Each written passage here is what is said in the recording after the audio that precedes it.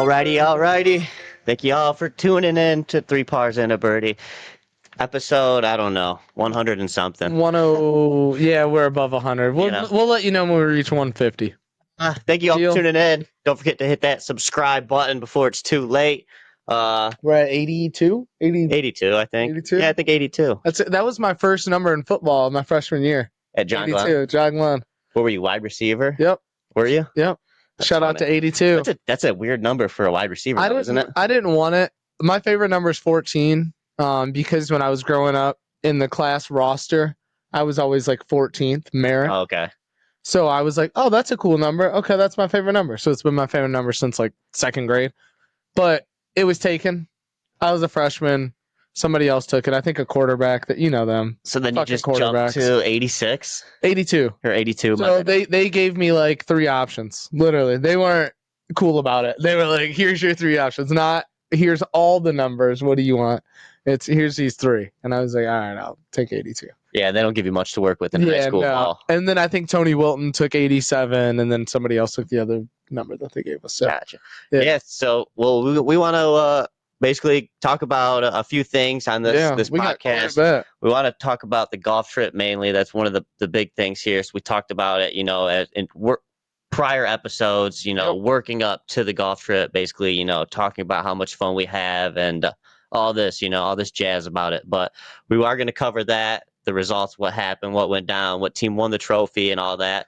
Then we want to talk about the club challenge, actually, that we do here. Every week, how we take a golfer to win. It finally came down to the wire. To the very last one. Yeah. We'll talk to you guys about that. And then I think golf leagues catching up on just how our rounds have been going lately, because I think we've been playing quite often. So go over those scores a little bit, give you guys an update, and then just kind of touch base on the PGA Tour. The playoffs are starting, and we'll go over who we think might win or how we feel. We don't really have to touch base about the format. I feel like we've done that twice already. Yeah, and nobody likes it. Yeah, that's it. That's the topic. Golf trip was so much fun. I was team. Let's talk about a club challenge real quick. Oh, you want to do club challenge? I think club challenge too. Okay. We'll do club challenge first because we can kind of get through that in like 10 minutes, 15 minutes. And then I think it might be a little bit more time on the golf trip. So club challenge, this is our second year doing it.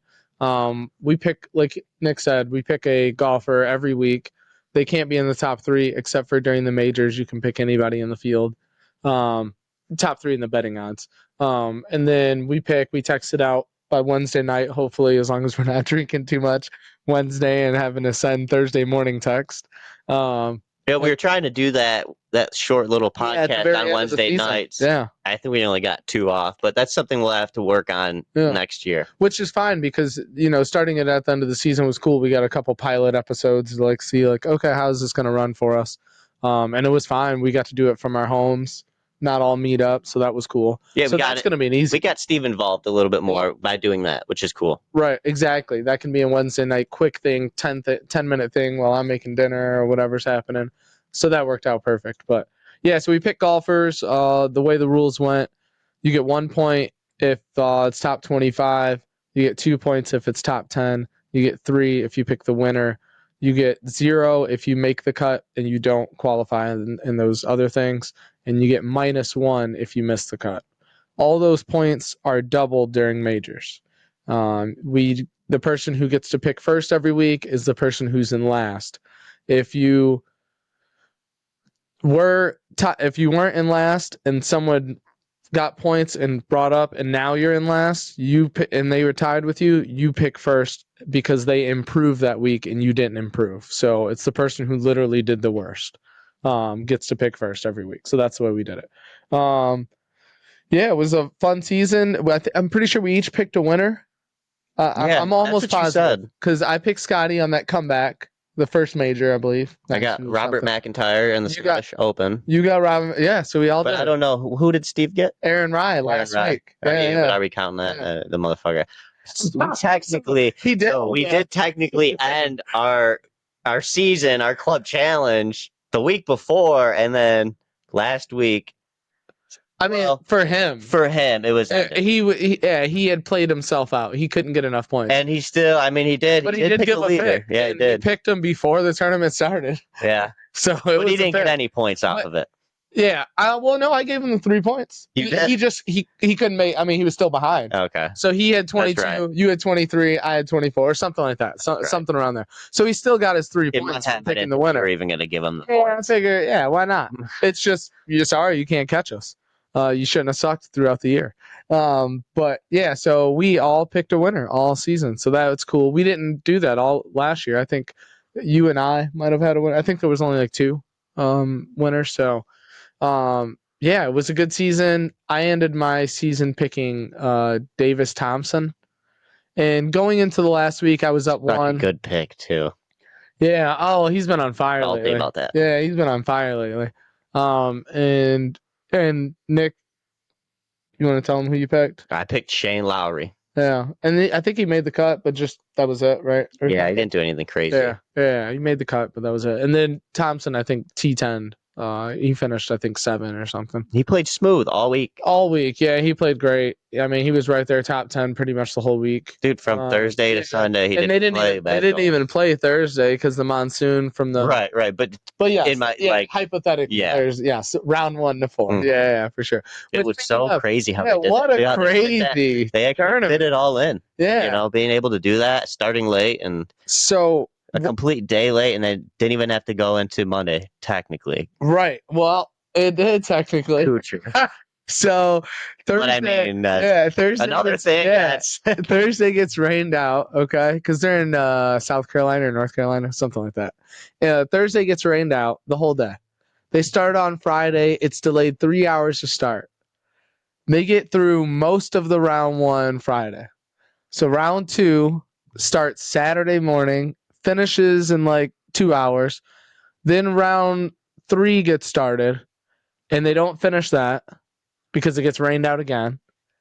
Then Sunday comes, and they have to do all of round 3 and almost all of round 3, and then round 4 as well, which is insane. And they were able to get it done. Yeah, it was a wild one. And so on the very last hole, it's literally sunset. Sunset every day that week was 8:15, 8:20. It's like 8:15. I mean, it's literally about to end. Aaron Rai just won it. He was the group ahead of the last group. Matt Kuchar was in the last group. He sped up on 17 because he knew he didn't want to play into the next week. Gets on 18, hits a drive while Aaron Rai is in the fairway. Yeah, he couldn't see him, so it's not like he did it on purpose, but someone should have warned him. Hits a drive, it goes left into the trees. They let Aaron Rai hit on, he birdies, he wins. Then the rest of the group tees off, Chad Ramey, I think, and one other person. And then Max Greiser-Smith. And then they end up playing through and keep playing, and Kuchar decides he doesn't want to play through because he's in the trees, and he doesn't know how well he can do in the dark. He's T12 at this point. He needs to win to make the playoffs that started today. Obviously, he wasn't doing that. So people were a little salty that he picked up his ball, and he ended up coming out the next day. Parred it. Shout out to him for that. Parred it from the trees. But, yeah, it was a crazy move overall. I mean, they had a hypothetical whistle they blew by telling the last group. Hey, because you don't have to blow a horn if there's just one group. Hey, guys, the hypothetical horn just went off. Do you guys want to keep playing? Do you not? And by saying, I don't want to keep playing, like, what? You're on hole 18, bro. So a lot of people have to come back out. I don't like his move there. I don't like it. I don't like it at all. You just made so many people come back just for that one shot, 2 shots. And all you did was par it. You didn't even move up in the tournament. Like you didn't move up any spots. You didn't get any better. Improve. So like, what the fuck was the point of that? He could have, at that point, dude, you already teed off. It's already in the dark, basically. Like, just finish up. Yeah. Just finish up. I mean, we've all been there. We've played twilight golf. We kind of know when you get to about a certain hole, like it's go time. Like, we're probably just going to finish up. Yep. Play these last couple. If we can see it, we'll play it. It's kind of a rush, but we do it. Yeah. And like, I never really for some reason this picks me wrong about Matt Kuchar. Like I never really have a problem. Did you hear why him. he said he did it? Well, I never had a problem with him, but it rubs me wrong for some reason that he just pulled this kind of move. It just doesn't seem like him. It doesn't seem like him, but I wonder if it was one of those things where, because as he explained why he did it, that he said he wanted to show those guys that they didn't have to get done right then and there. Like they could take their time because they were in contention for a good spot or something. So whether that's true or not, right? The idea of it is it's a good idea. Okay, I want to show these kids they don't have to rush. Okay, that sounds like a good idea hypothetically, but they all finished anyways. If they finished. They all finished. They finished. Yeah. So it's like, and then I think it comes down to an ego thing, or maybe it's like a no takes these backseat things. Maybe he said, okay, I'm going to show them they don't have to play. I'll mark it. Sir, I'm going to mark this. I'll play tomorrow. They don't mark it, and he can't opt to play back. Maybe that's what happened.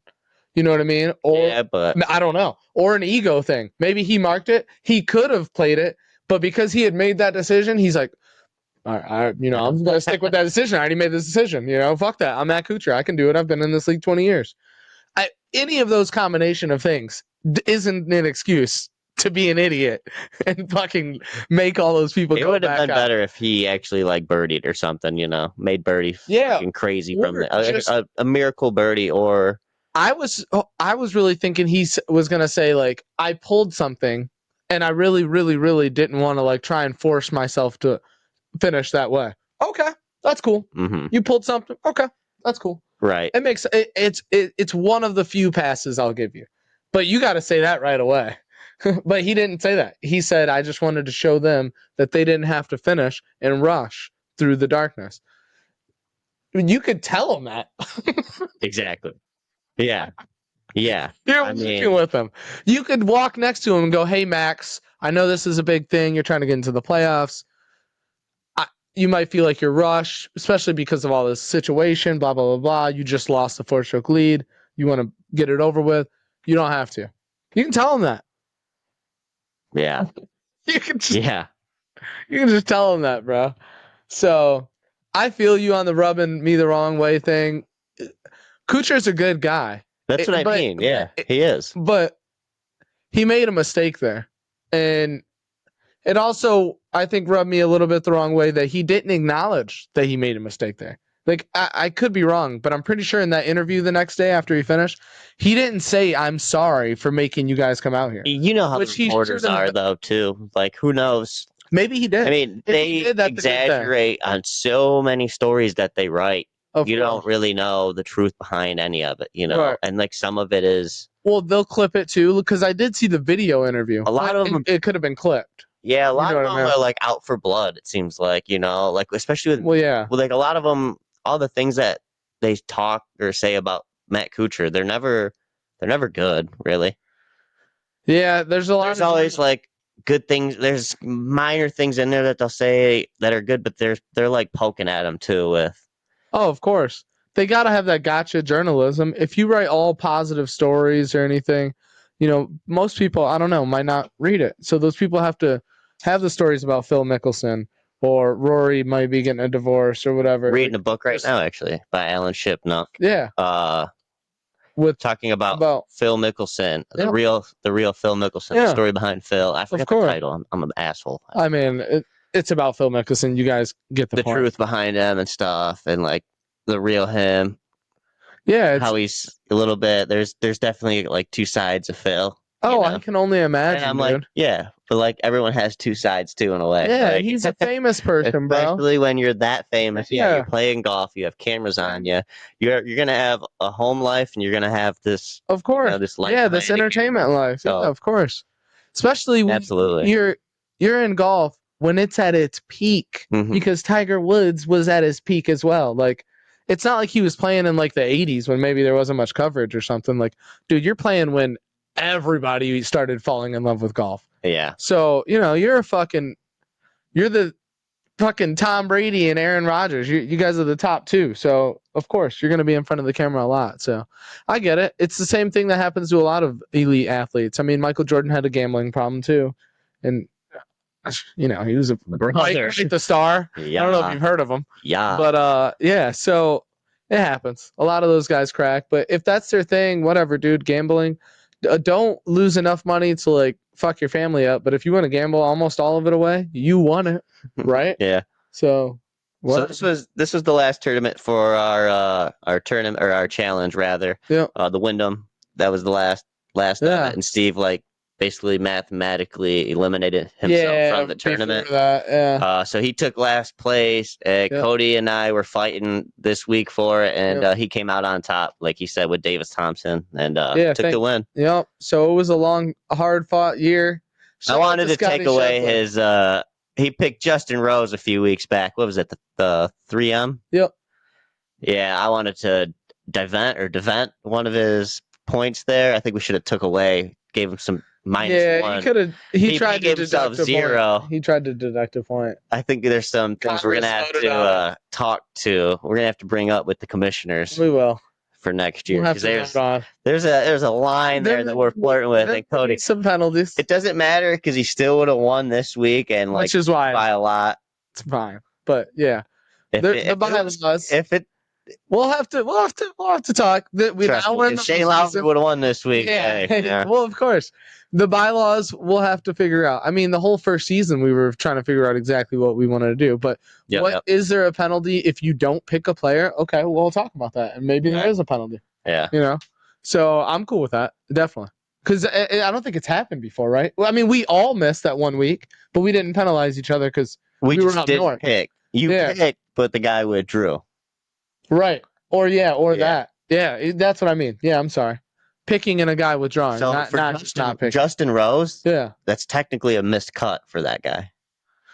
Is it? Yeah. Because he didn't play. It's still counted as a missed cut. Really? Yeah, but how do they do it? I don't bet. How would they do it for your bets too? If you pick Justin Rose for something, how do they pay you back? If like someone gets injured or pulls out, they'll pay you back. They just give you your money back. Mm-hmm. But I did not know if you are in the field and you withdraw, they count as a miscut. Damn. Okay. Well, then, hey, that's why you're way down. Then that's something we definitely have to talk about. I'm sorry, I didn't know that. I didn't think they would count it as anything. Because if you don't, I get it. If you played a hole and then you pulled your back and then you withdrew, that's a miscut. Mm-hmm. But like if you didn't play, okay, damn, that's fucked. Yeah, we'll have to add that one to the rules. I Googled it. That's okay. So there's a line now. We'll have to add that one to the rules. And then, we had some suggestions from Tristan about maybe adding a guest, as well as your brother, I believe, Kyle. I think we're going to add a couple people next year. Yeah, maybe adding a guest speaker or a guest picker every week, like they do on college football every morning or every Saturday morning, or a consistent guest. Like, hey, here's our new guest for this season. They're gonna pick maybe. And it doesn't necessarily have to be every week. We could pick them, say, hey, have our guest for like the majors or something. Like, hey, you get the 4 pick. You get the pick for the majors or something. Or like by month. Or like, hey, elevated you get the pick event. All of March. Yeah, or elevated event. So not everyone, but hey, we'll let you know like when these ones are coming up, so you can kind of do some research. Yeah. Get an idea of the course, maybe a player you want to pick, and we could do that. It's a great idea. Yeah, I like that. All right, and then I like that a lot. Wednesdays we'll have to add them to our calls and do the picks with them, which will be cool. Having a guest on. Yeah, that'll be sick. All right. See? Oh man, we're adding so many new things. Yeah, that'll be cool. So Cody took the win. He's gonna be getting the money, and hopefully he gets a new wedge or something with it. We'll see what I get. I think I need a new club. New golf balls. Yeah, I need a new club actually, so I'll end up getting one here. Oh, you probably get about a dozen TP5Xs with that money. You're so funny. That's about it. You're the price that those babies are going for. Yeah, how much are they? TP5? Is that They're like the most expensive now? $50 now, basically. I think. That's crazy. It's crazy that people. When I get them, they were like 48 or something. It's crazy that there are $50 golf balls that you find. No, you can find, bro. Like you can be on the course and be like, I just found $8 worth of golf balls, and it's 2 golf balls. But what else we got? So club challenge. We round it up. Yeah, let's talk about a golf trip. Okay. That's a big thing here. I want to say that's a you thing. Oh, that's a me thing, which you were a part of this. Listen, you want me to give my highlight? I'll give my highlight first, and then you can go on your whole thing because you're gonna have a longer thing than I'm not even gonna have. I just really want to. I just had a good time alone. Of course. Yeah. I had a great time alone. Of course. There was great team versus the floral team. And like we kind of talked about before, 24 golfers, 2 teams of 12, and we played 3 courses. 2 of them are worth points. So our warm up course was Tamaracks. Then Friday we went to the Dream, and then Saturday we went to Snow Snake. Yeah. We kind of do individual scores, match play the first day there on Friday. And then that Saturday, we will do a scramble. And, it gets pretty fucking rowdy, I will say that. And the weather turned out, absolutely perfect this year. The last couple of years, we've actually been on par with good weather, all that. I see what you did there. But yeah, we have a good time. This year, I had a lot on my back. I felt like I had a chip on my back. I had to verse Flav. I knew that. I wanted to verse Flav. I had to beat. He's probably the best golfer I know by far. So I had my work cut out for me. I've been really tired of losing this fucking golf trip. I don't think I've ever won it, right? So that's another thing. Crazy. And it's going on what? How many years? 6 years now or something? Something crazy like that. So yeah, it was like I felt like a lot of pressure for some reason, even though I wasn't. And another thing too to add on is like, dude, my golf game has been, phenomenal lately. I've been playing great golf. So I did feel like going into this, like, man, I've been playing good golf. People have known I've been playing good golf. It's like, man, I can't slip up now. This is a big time. If I slip up now, it's like, dude, you're a choke again, right? I'm going to hear it again. You're a choke. You messed up again.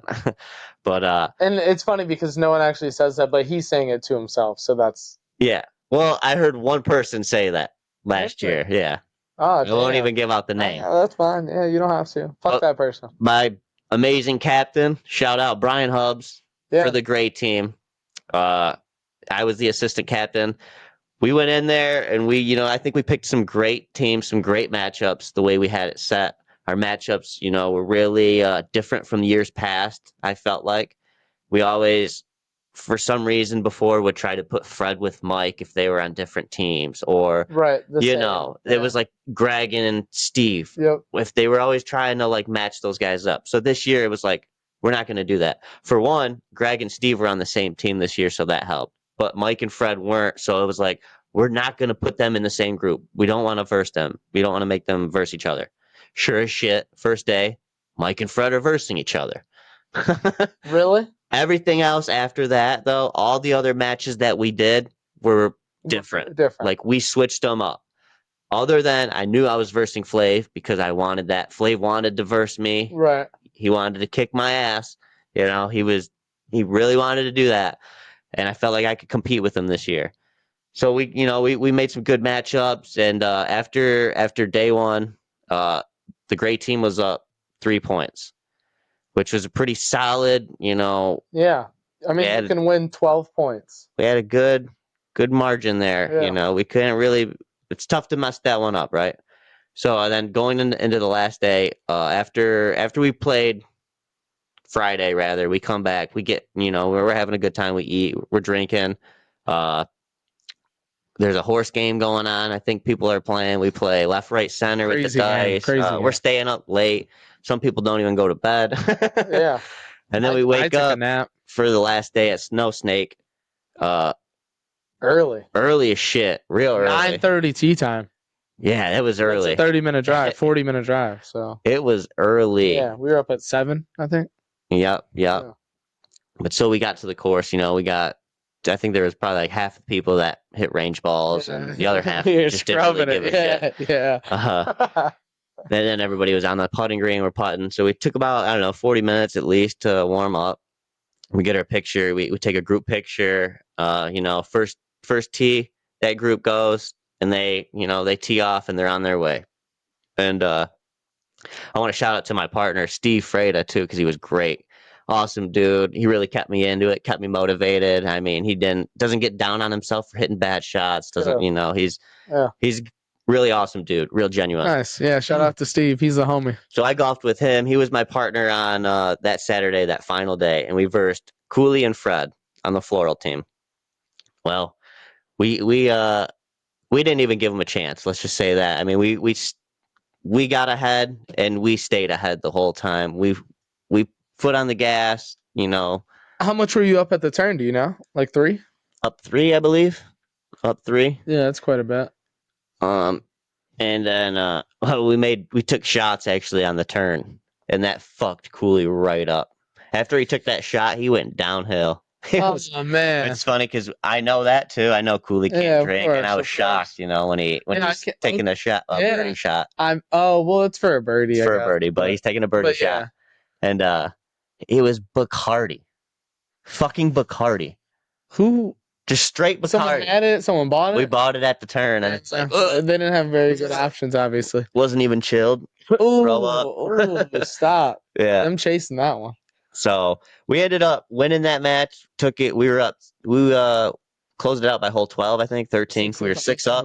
Yeah, 6 up, and then just watching everybody else come in. We were the third group, but I guess we won every match that day except for one. So watching the other groups come in, it was like you could kind of tell who was winning and who wasn't, because gray team, it just looked like everyone from the gray team that came in was happy, having a good time. Everyone on floor was like down. They were head to the grass, you know, not really looking around. I'm like, well, I know that feeling. Yeah.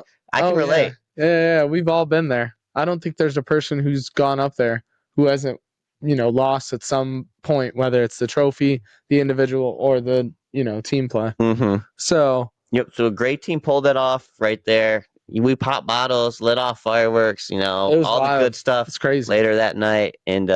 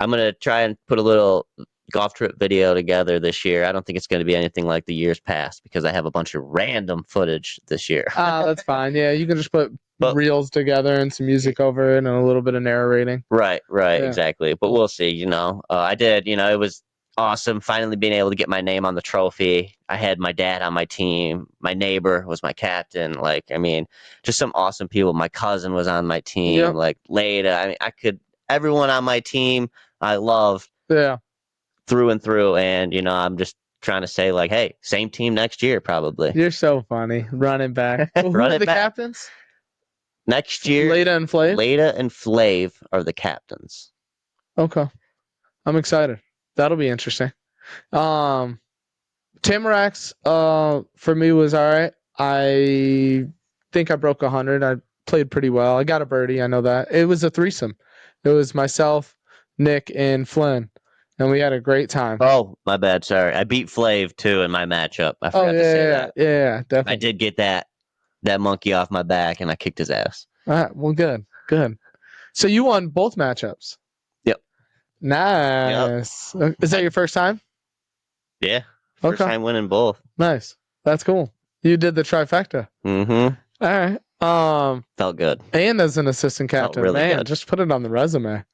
So Tamaracks was fun, dude. With the three of us, dude, we had a fucking blast at the Tamaracks. Played pretty well, actually. I was pretty impressed. And then felt confident going into the next day, and then I found out who I was playing, and it was Tim, and Tim's beat my ass, I think twice or 3 times now. So I pretty much went to bed thinking like, all right, there's nothing to lose tomorrow. Like I'm not expecting to win. So just go out and try and play well, and we'll see how it goes. But I'm really not expecting to win at all.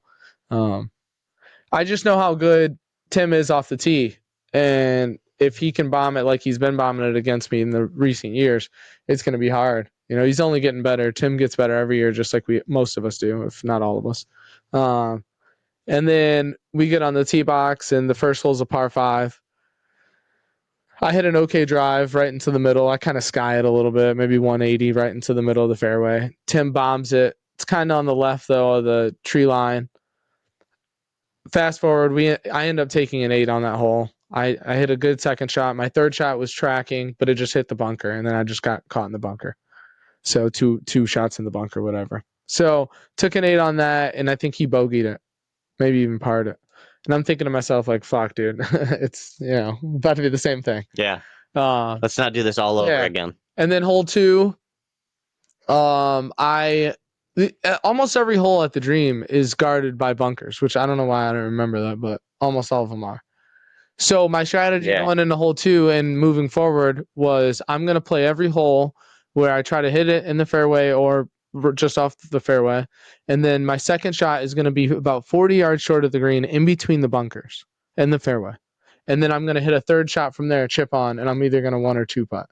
And then I continue to do that for the next 7 holes while he double bogeyed and triple bogeyed. So I took the next 7 holes because I just changed my strategy. Yeah.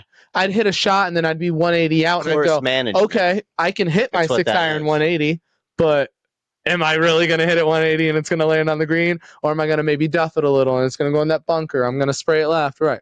So instead, as soon as I got to hole 2, I completely changed my game plan, and then it worked out from there. I mean, literally 7 holes in a row, I won. Mental strategy and course management. Oh, it was so easy. You started executing. Dude, it was so easy. Changed it up. Laying up on a par 4 to 50 yards and then hitting a wedge, sometimes, 8 feet, sometimes 25 feet. But okay, I can 2-putt from there. Yeah. While he might be scrambling. And then it also played into my advantage that, unfortunately for Tim, he couldn't hit a tee shot that day.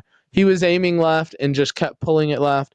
And I wanted to help him correct it and, move, aim a little bit more straight. It might help. Yeah. But I couldn't do it, unfortunately. And he knew it, but he just wouldn't correct himself for some reason. He kept thinking his fade was going to come back, I'm assuming.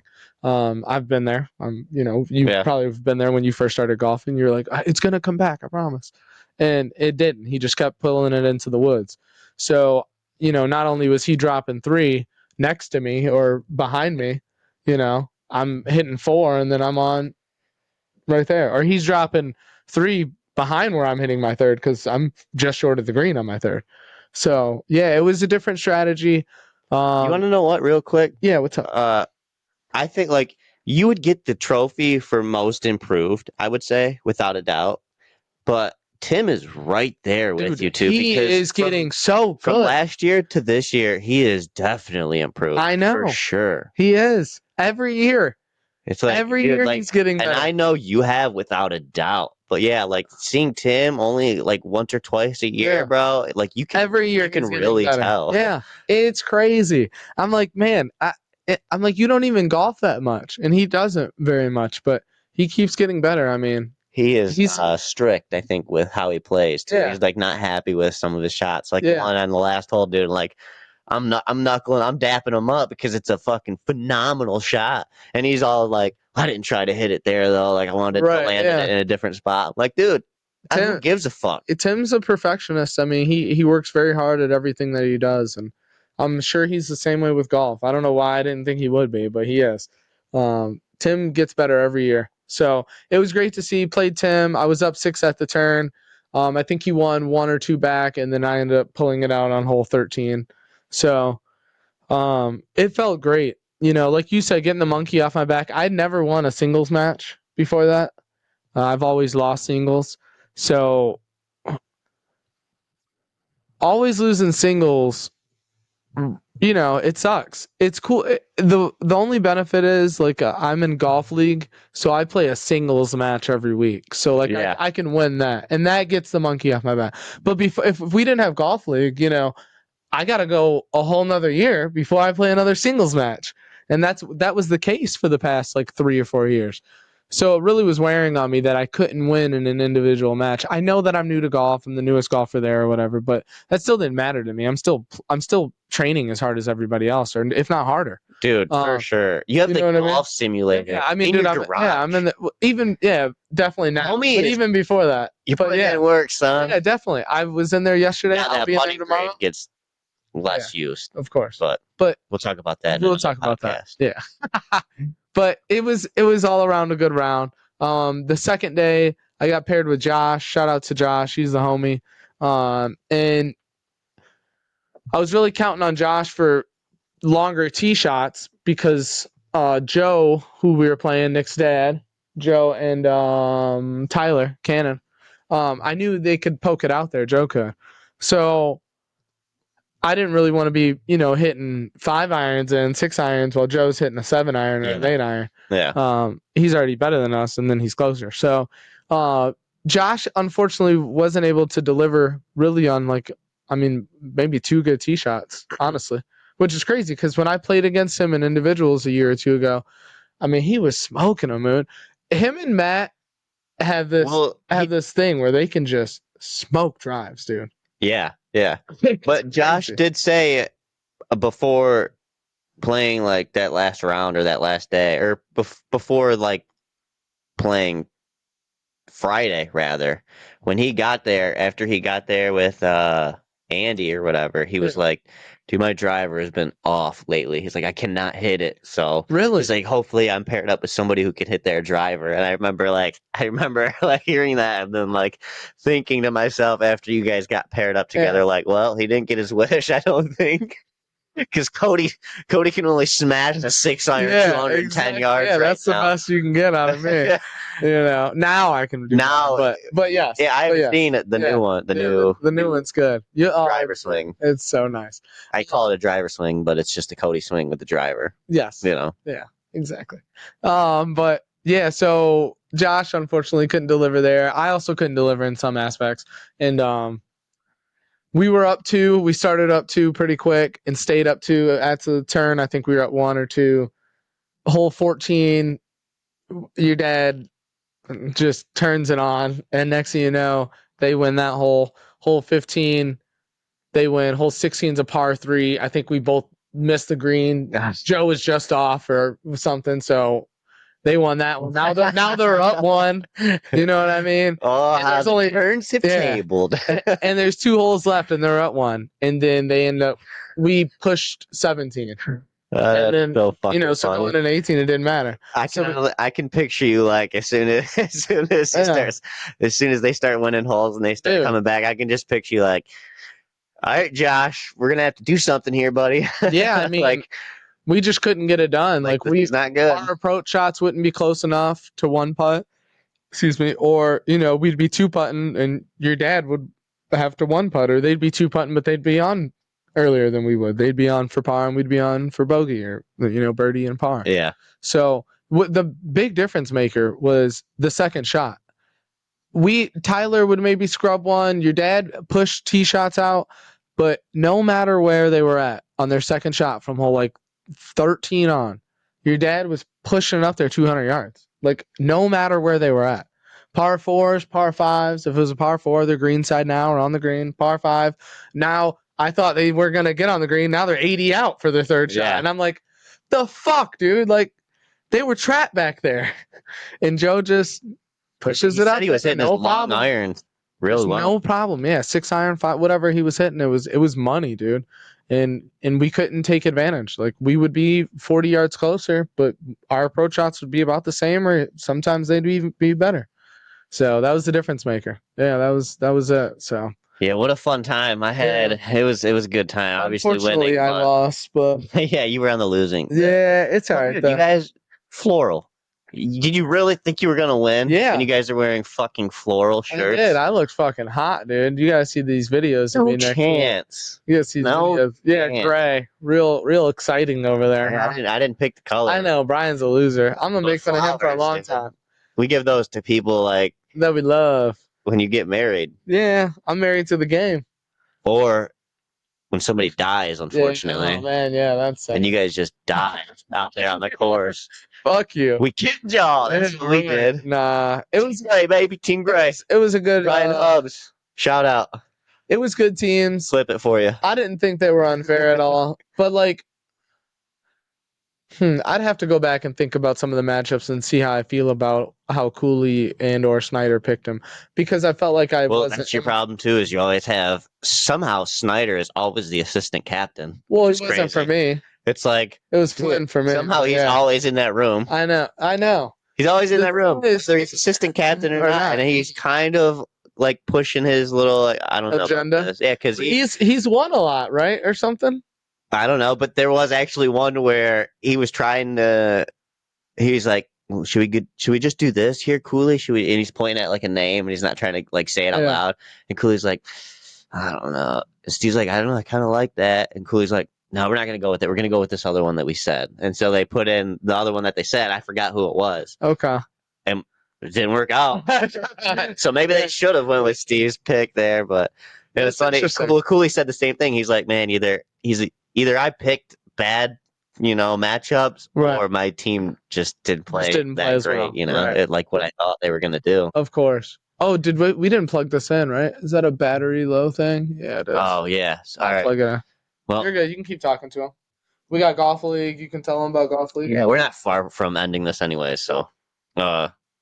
Yeah, dude. So that was the trip. Like I said, great team won it. We popped champagne bottles. We lit off fireworks. I got a video. I will show you guys that, even if it's a fucking short or something that I can post on YouTube. Yeah, man, it was a ball. It was a good time. Great time. The only person now who hasn't won it officially is my brother Kyle.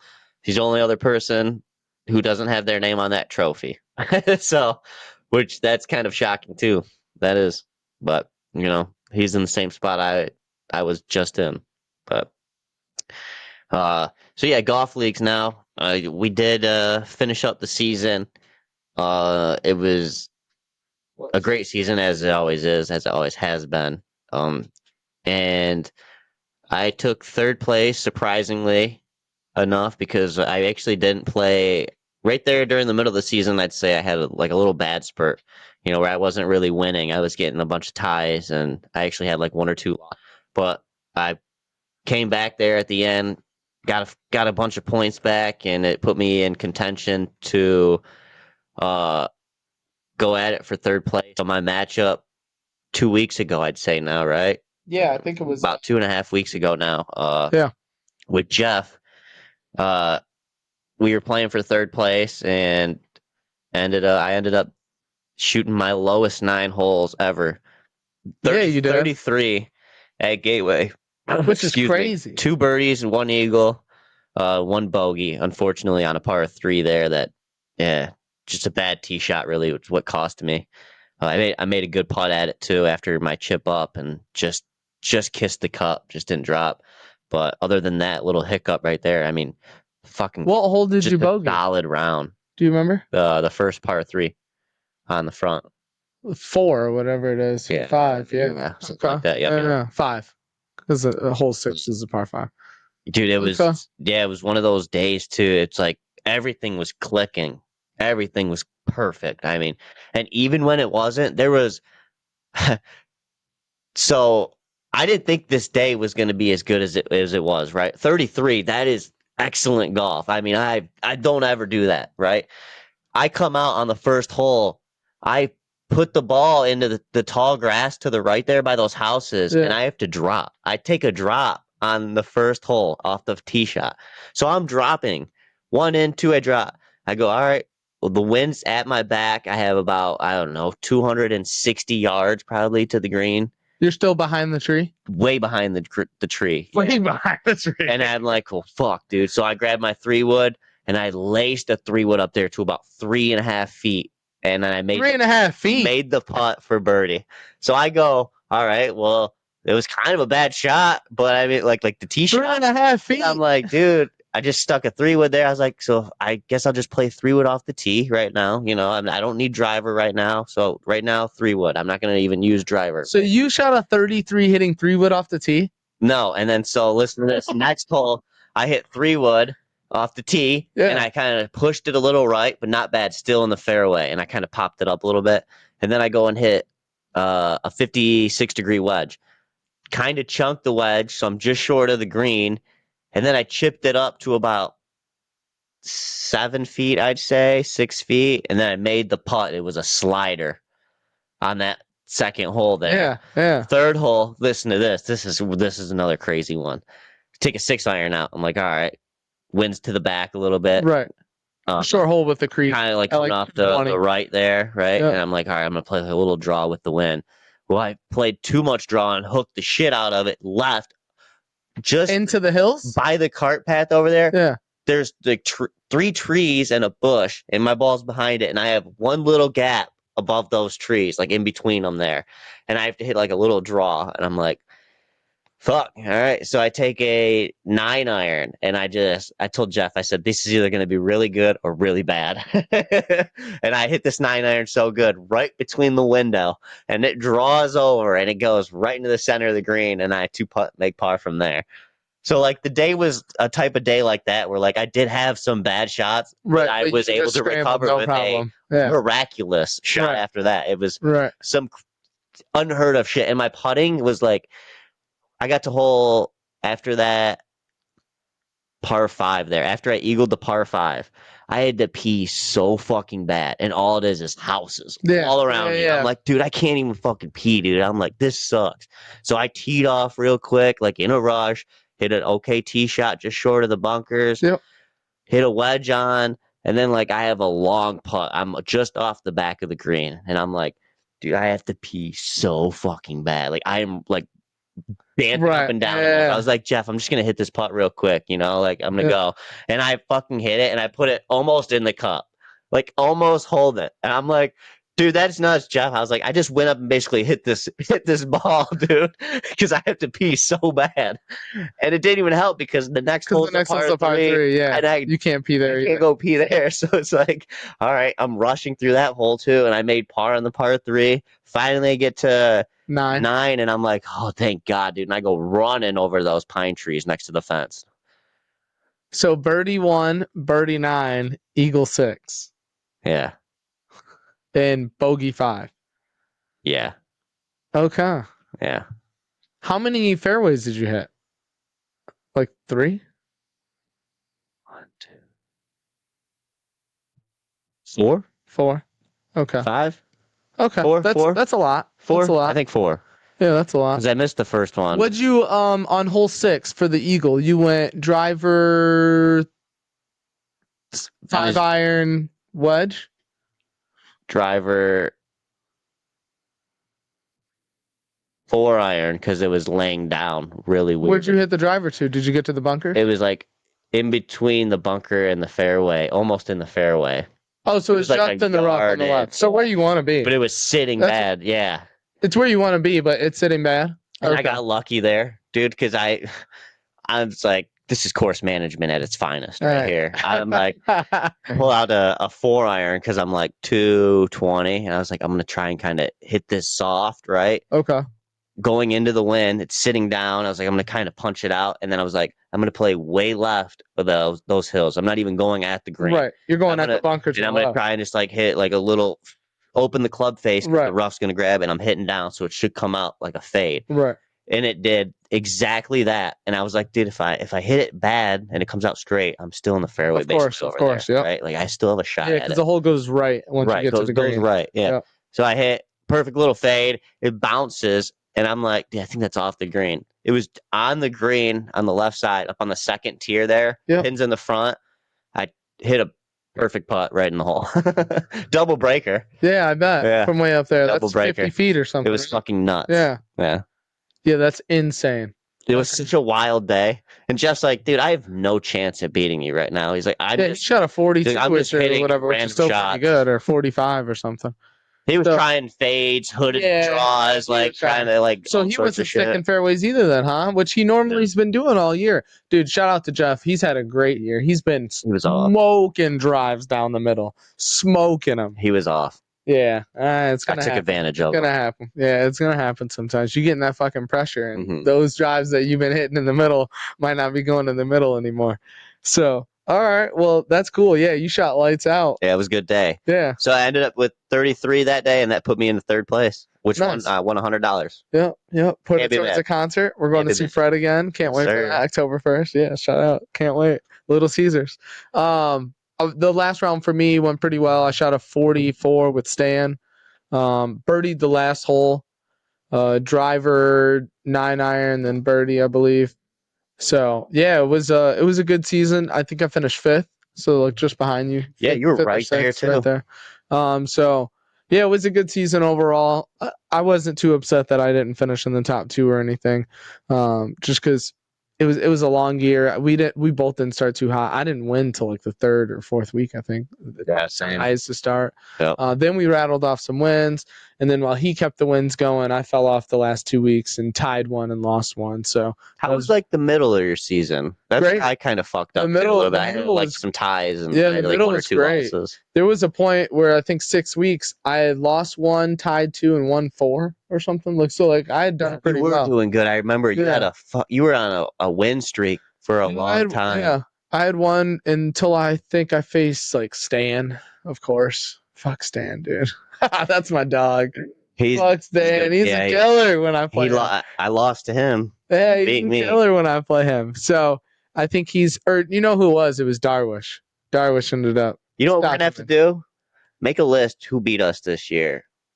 Yeah, and then come back and beat them. They're our enemy next year. They're our enemy.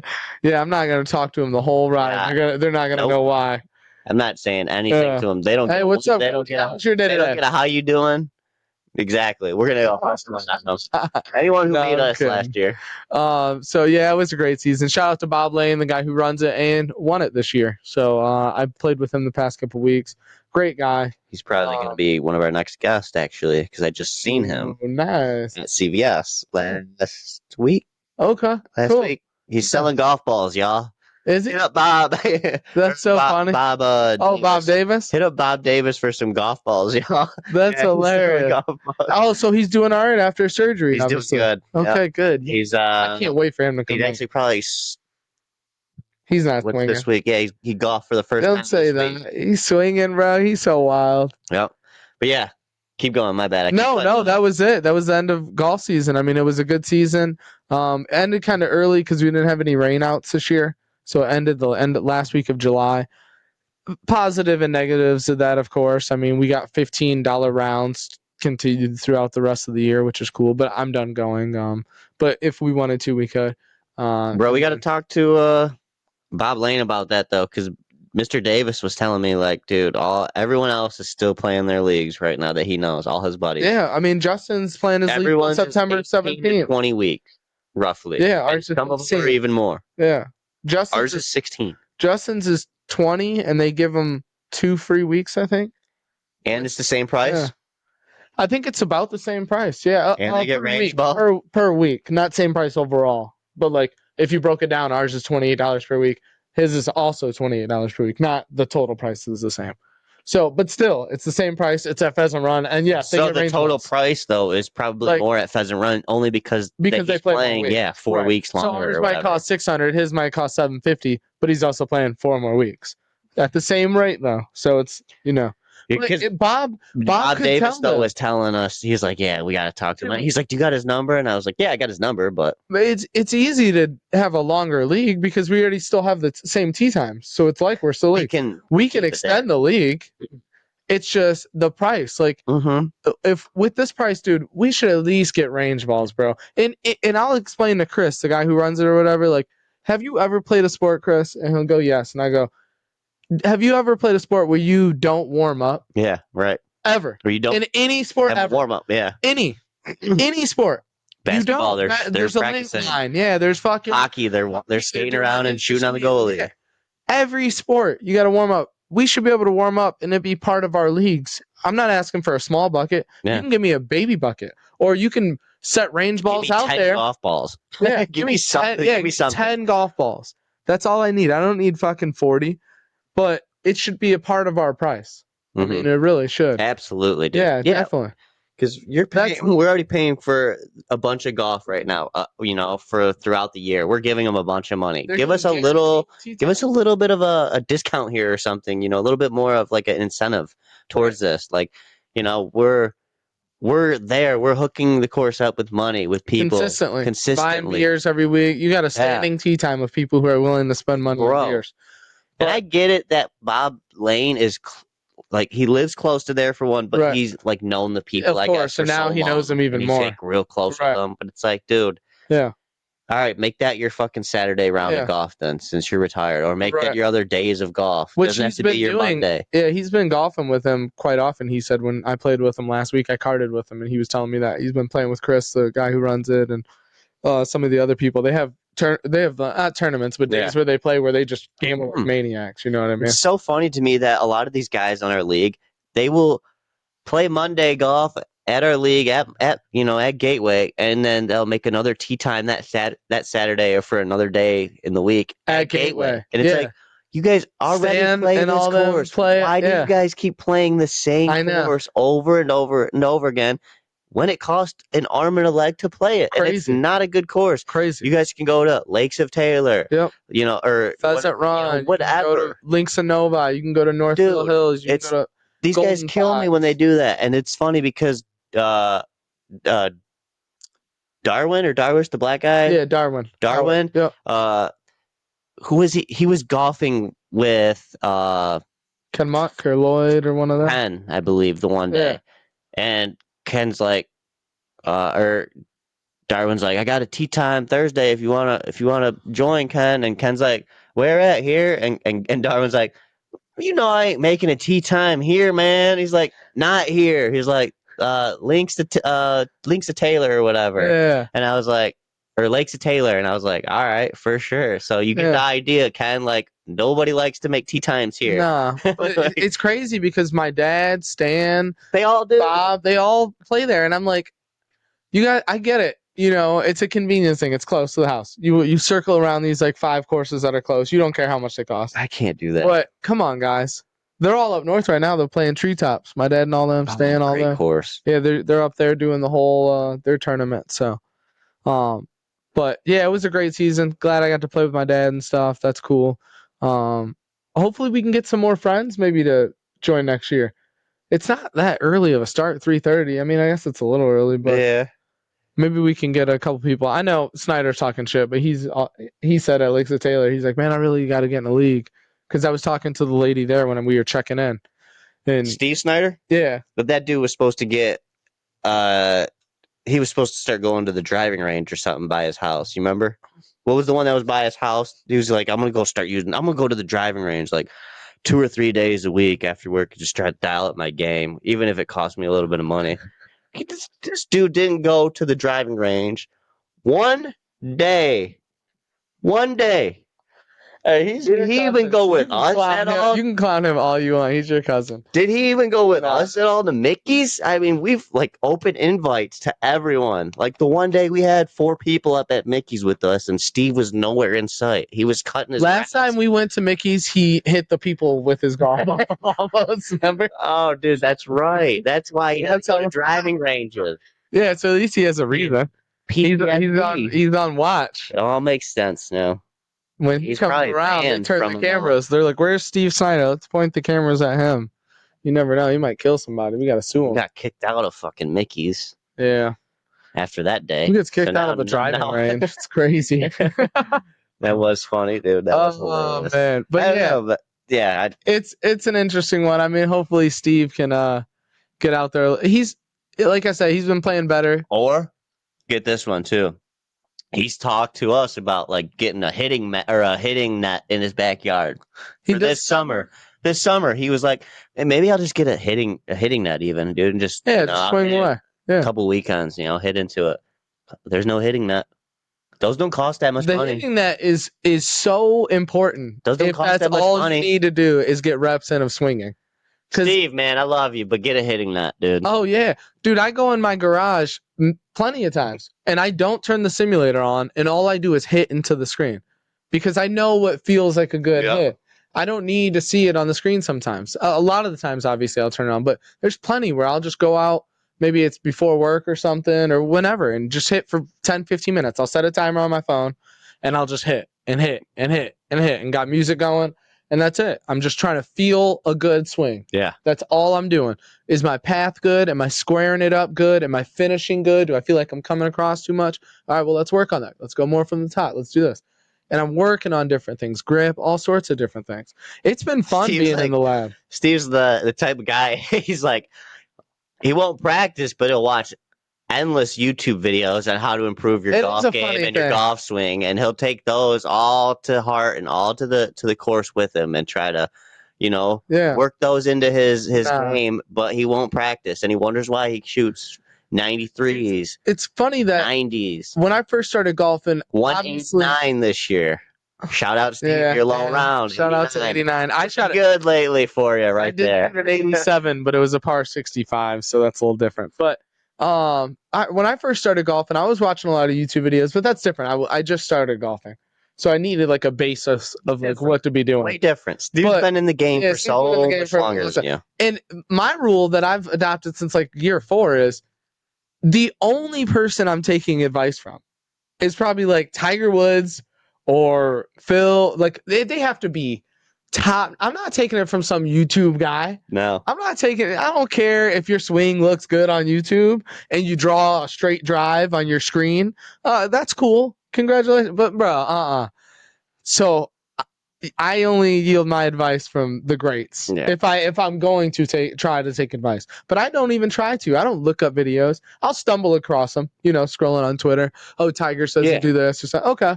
But like, that's it. I'm not looking. There's also a difference too, like between just watching the video, of course, and like implementing it, and like just okay, that's cool, that's how you do it, versus like watching the video and like trying to take that to the course and being like, I'm gonna try this on this shot. I'm gonna try this. Have you ever practiced that shot before? Probably not. Yeah. Probably not. And you probably didn't go to the range and try that. I was just seen it on a video, that's the one. And you're like, oh, well, you're supposed to close the club face, put it in the back of your stance, and then if you chop down on it with like a swipe, come at your left knee, you're supposed to do this. And I'm going to try it. And then you do it, and you're like, oh, you line drive the golf ball, and it goes nowhere, and you lose it or something. It's like, well, there you go. That's why. Yeah. Don't try some stuff like that. Not on the course. If you're going to try and work on some things, but even then, though. Even then, like I said, just follow a good golfer. I took a lot from Nick, especially in my short game. Follow somebody who's really good that they're really not just some YouTuber, and don't just yield advice because you heard it. Like it has to make sense to you.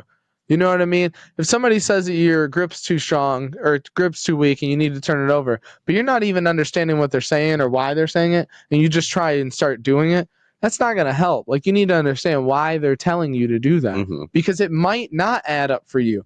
You might be working on swing path and not grip, and that guy just fucked your whole shit up.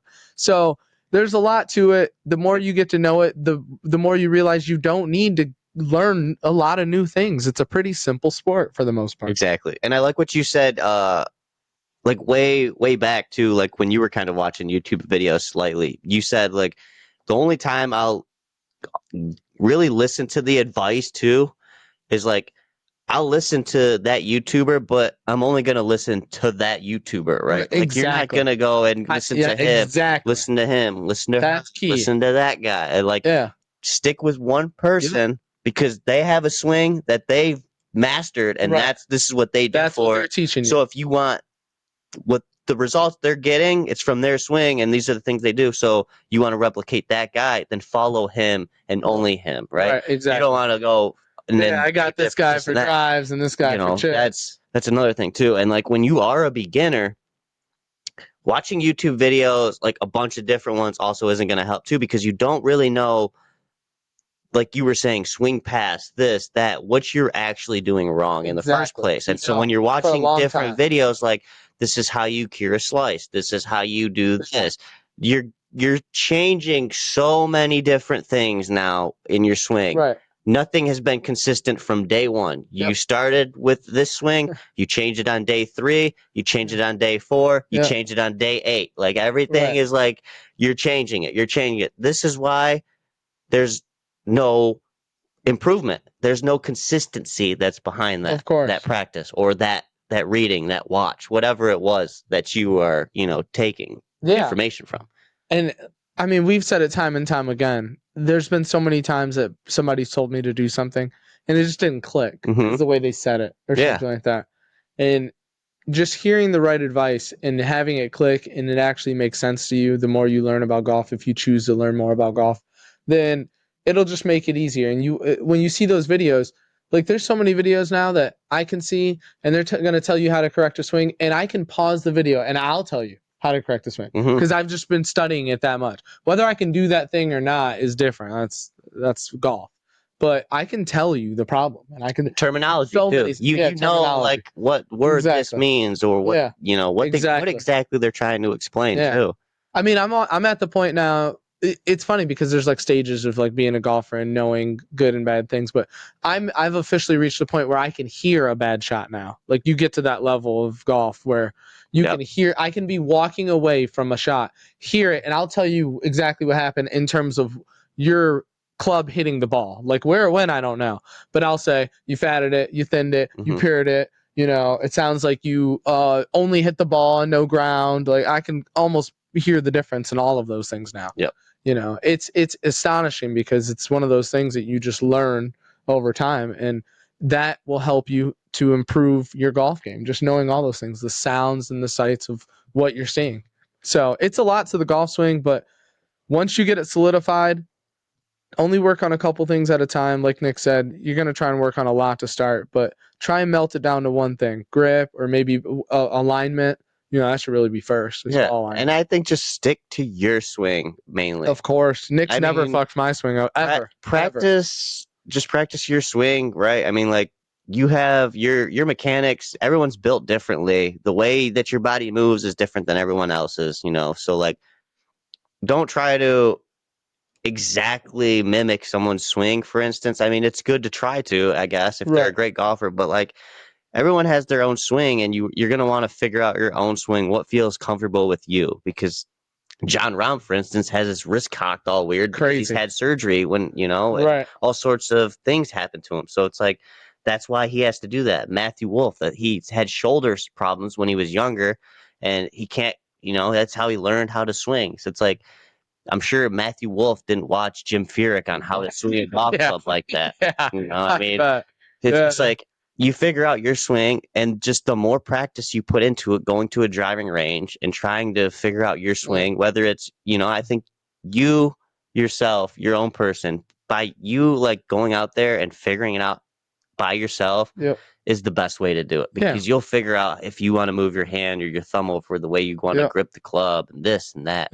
If you want to have it in the back of your stance, if you feel like you're taking it out far, you can, these are things you can practice yourself, and you are manicuring your own golf swing. And that is, to me, the way that you want to do it. And, along the road, if after a couple of years, 2 years of you kind of, messing with that, if you want to get a tip from someone or kind of watch a video, then kind of do that and maybe implement it. But I would say start off by doing that. I think you just need to go full bore at practice, and figure out your own thing. Definitely, I agree. Yeah, I mean, over the years, Nick's never corrected my swing, and he's seen me do wild shit.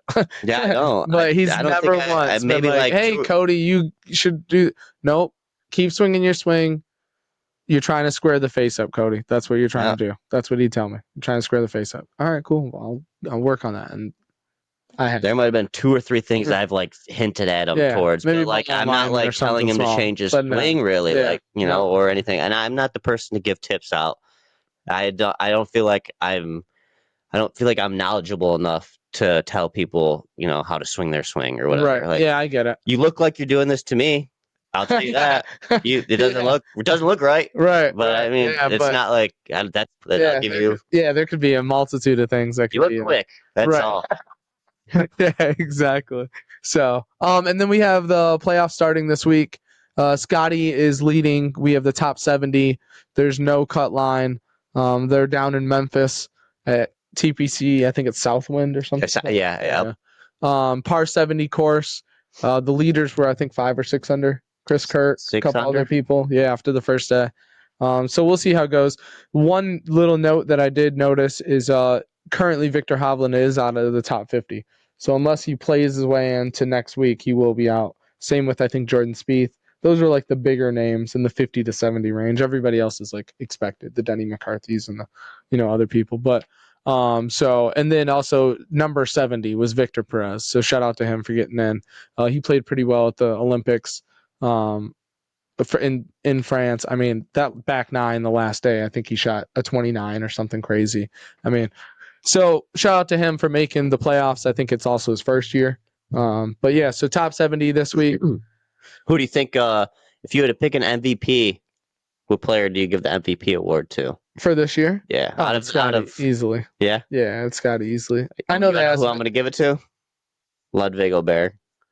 I think he's played great. He's worked himself into the FedEx standings, He's in the playoffs. He'll be there. Most improved? I think most improved MVP. I mean, he's played great. Obviously, like, I'm not going to go with just Scotty or just Xander or one of those because it's like, yeah, obviously. Right. Obviously. Right. Like, if you're saying not those two? Yeah, other than maybe Scheffler, Xander, and I'd say Rory McIlroy even. Like, we'll take those three out. Right. Who would you think? Ooh, that's a good question. MVP. I mean, he played great. I'm trying to think. And I love Åberg because he's young too still. Of course, and he has such a beautiful swing. He's great. It's so nice. I love it. He stands so tall. It's great. Yeah, I might go with him too. I would say also. Gal's been playing great, but also I'd give it to Akshay Bhatia. Akshay. Nick Dunlap had a pretty good year. I think he had 2 wins this year. The American Express was his first one, big win. What a funny guy. Wins, doesn't turn pro, doesn't accept the money, and then a week later turns pro. And then lucky for him, he ended up winning another one, thank goodness, and getting that money. But like he turned down the money, turns pro like the next week, and then like fuck, dude, you should have turned pro. I get it; it's a hard decision right then and there. You weren't expecting to win, but that was a pretty funny storyline. But going into the playoffs, everyone for the most part played pretty bad this year. Justin Thomas, Jordan Spieth, Tony Finau had an okay year. Matsuyama had an okay year. Max Homa, where's he been? Shane Lowry he had the one win in the Zurich. Yeah, that was other than that, he was cheeks, except for in the major, but he didn't finish off, I don't think. Dirty cheeks. Yeah, cheeks. So smelly. Yeah, I know. Ugly. So what's going on? Is it Scotty and Xander are that much better, or is it these guys are playing like ass cheeks, or is it both? Like what? Is it the field is getting worse and Scotty's getting better? Is it Scotty's getting better, the field's staying there? Like what's going on right now? They're just able to maintain good golf, like a good golfing game, right? I think they have it. Scotty and wherever they go, they have it. Whatever grass they play, they have it. So everyone else is still playing okay, and they're playing great. I think they're just I think they're just really fucking good. Yeah, they're that much better. Everybody else is just okay. Yeah, people aren't getting worse, is what you're saying. No, Justin Thomas isn't getting worse. No, the names are getting. I mean, we've talked about the younger generation that's come up. They're only getting better. Right, the Zalatorises and the Tom Cams and these other golfers that aren't there with them aren't great golfers. I just think the consistency, we say consistency a lot, but I think that's a big part of being a great golfer, right? Okay. That's executing day in and day out every week, no matter turf, no matter weather. Yeah. And no matter if you get arrested. I think Scotty, Xander, I think fuck, I just lost Rory. his name. He's all right, but there was another one too. But anyway, these golfers, they can just play whenever. Right. Yeah. I mean, Ludwig's one of them. Ludwig, he's good. In every tournament this year, at least, you were like, he could top 10 this, no doubt. Look it out. The field's not too big for him, anything like that. I mean, he played pretty well.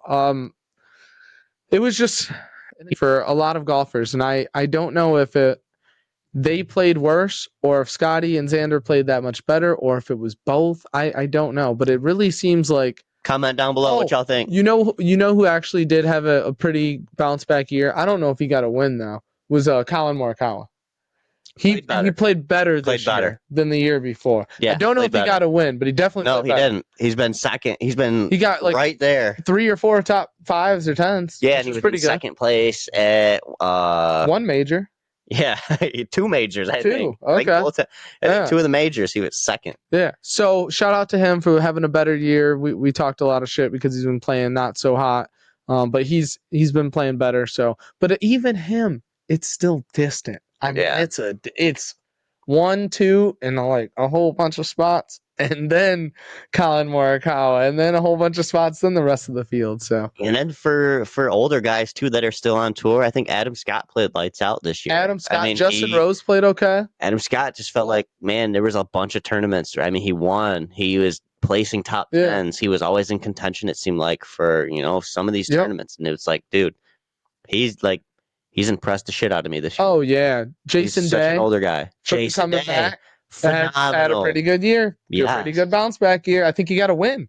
So see, some of these older guys, man, they still got it in them. Yeah, they have it in them. I think we had like 7 or 8 new winners this year. Cam Davis, 2 out of 3 at the Rocket Mortgage. That was pretty cool to see. Robert McIntyre, that was good at Scottish Open. The Scottish. I mean, it was overall a pretty good season.